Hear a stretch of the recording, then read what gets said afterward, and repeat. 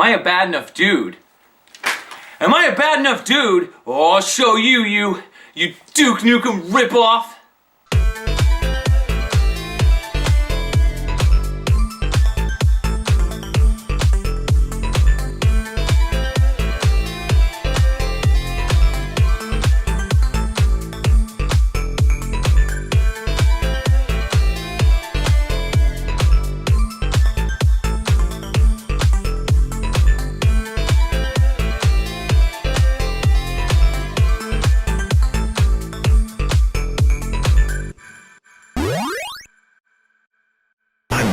Then he was all like, are you a bad enough dude to rescue the president who's been kidnapped by ninjas?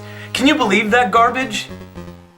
Yeah, I kinda can. So what's the big deal? Go and save the president. Okay, meet me at 5 minutes. My place. Whoa. I've got kids and a wife to think about here. I didn't sign up for this. Excuse me, but what matters more? Some kids and a wife you married, or the President of the United States? The kids and the lady? Wrong answer. 5 minutes, my place.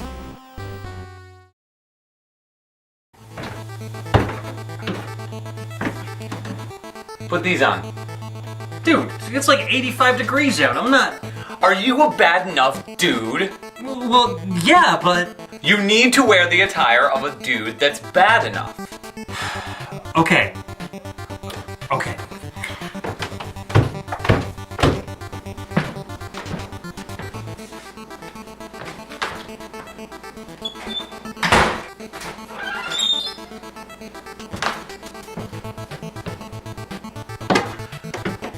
You happy? Now what? Now, we are bad dudes.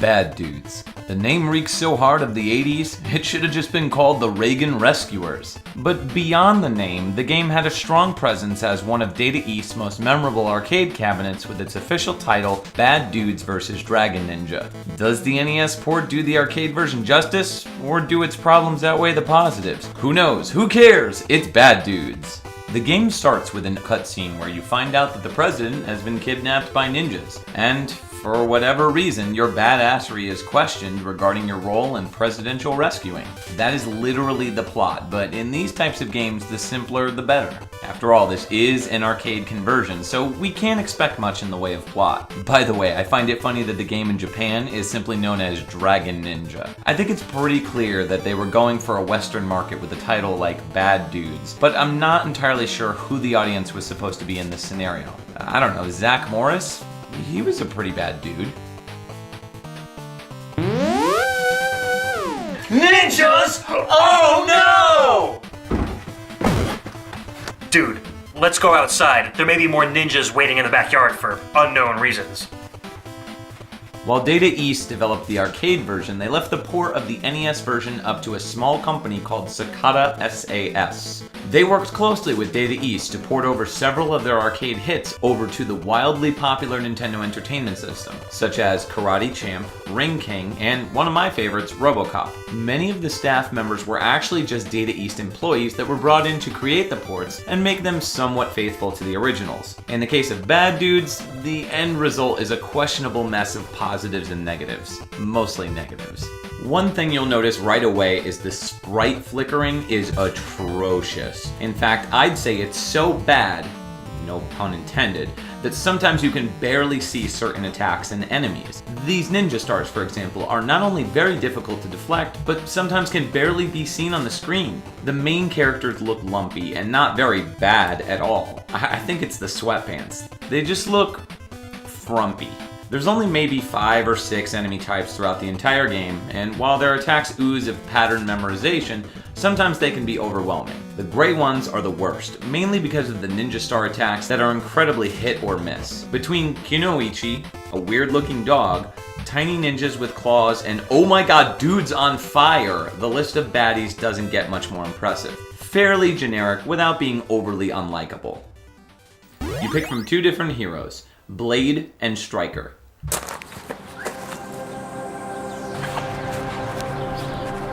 So, which bad dude am I? Oh, you're totally Striker. I'm Blade. What? Why? How did you know so quickly? Dude, Striker is way older and way more wisdomier than Blade. Dude, that's not even a word. Sure it is. Prove it. You know what? I can't. I guess that's why you're Striker. The two characters don't really have any differences, and what's really pointless here is that if you choose either character for a single player run through of the game, they both have the same color clothes. Why bother giving anyone a choice? I'm also not entirely sure why they're posing here with their mouths wide open. In fact, there's a lot of posing at the end of each level, which is very puzzling. After defeating each boss, we're treated to a lovely pose of the bad dude standing over their defeated opponent. Now, let's pause here for a second to really diagnose this clip. Sometimes our hero, or heroes, will have one arm up, and other times both arms will be up, King Arthur Ghouls and Ghosts style. But why switch it up? And what is the significance of the pose? There's a lot of questions to answer. I'm bad. What? I'm bad. What is this? I'm bad. Wait, what?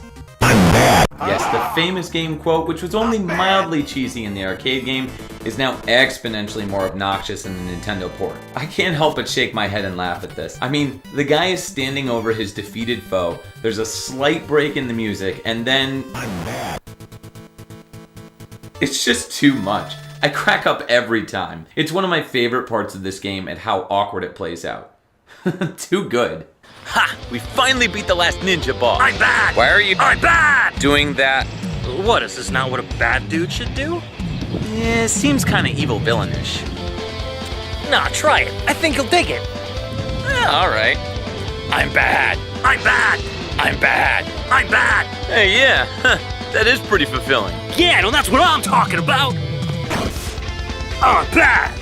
Weapons make or break the difficulty in Bad Dudes. Defeating the red male ninjas allows items such as time bonus clocks, obvious Coke branded cans, or weapons like nunchucks or what I presume is a short sword to drop. But these weapons make battles unbalanced and also show the weakness of the limited range of attack your character has, and it points out the stiff hit detection that this port suffers from. There's also a charge shot your character can do, and while it's fairly powerful, it also suffers from poor distance. Graphically, we've already mentioned the blandness of the title's character designs, but what's even stranger is how the background reacts to various different parts of the game. At certain points, you'll be stuck waiting for the camera to pan down slowly to a lower platform, and the wait is agonizing. I'm not sure why there's problems with draw distance in a game that also begins speeding up the frame rate during certain moments involving a belt scrolling level. Oh, and why do all these trucks say dudes on the doors? Did the bad guys steal these trucks from our heroes? Are our heroes secretly truck drivers on the side? Inquiring minds are very curious.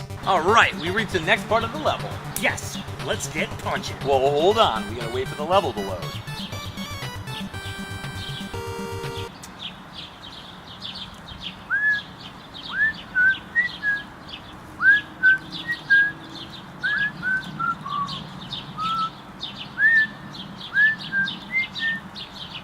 Hey, so, what's new? Not much, you know, we're redoing the bathroom. Okay. You know, the bottom's right there. Why can't we just jump down? Well, you know, tension building? That's stupid. My thoughts exactly.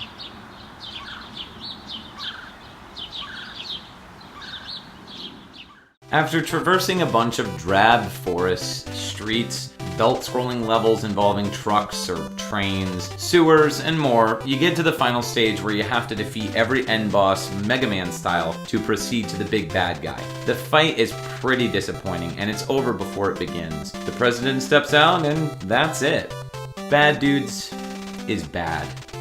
Well, okay. There are tons of problems which are hard to overlook. the graphics are very bland, and though the music is fairly solid at points, the tracks repeat themselves too often, along with tons of sprite flickering, questionable camera mechanics, and a weak weapons system. This game is like the B-movie version of Double Dragon. It's worth owning for a low price, and breaking out every once in a while just to laugh at the hilarious audio clip. But it's one of those games that everyone loves that I just can't appreciate for anything other than ironic reasons. Skip this one and pick up the Data East collection on the Wii and play the arcade version instead.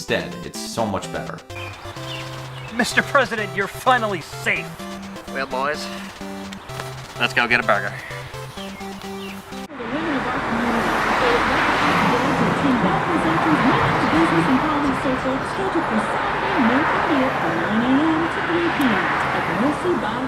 Located at 167 Neck Road in Madison. I'm bad. Shh. What? Burger time. Oh, yes.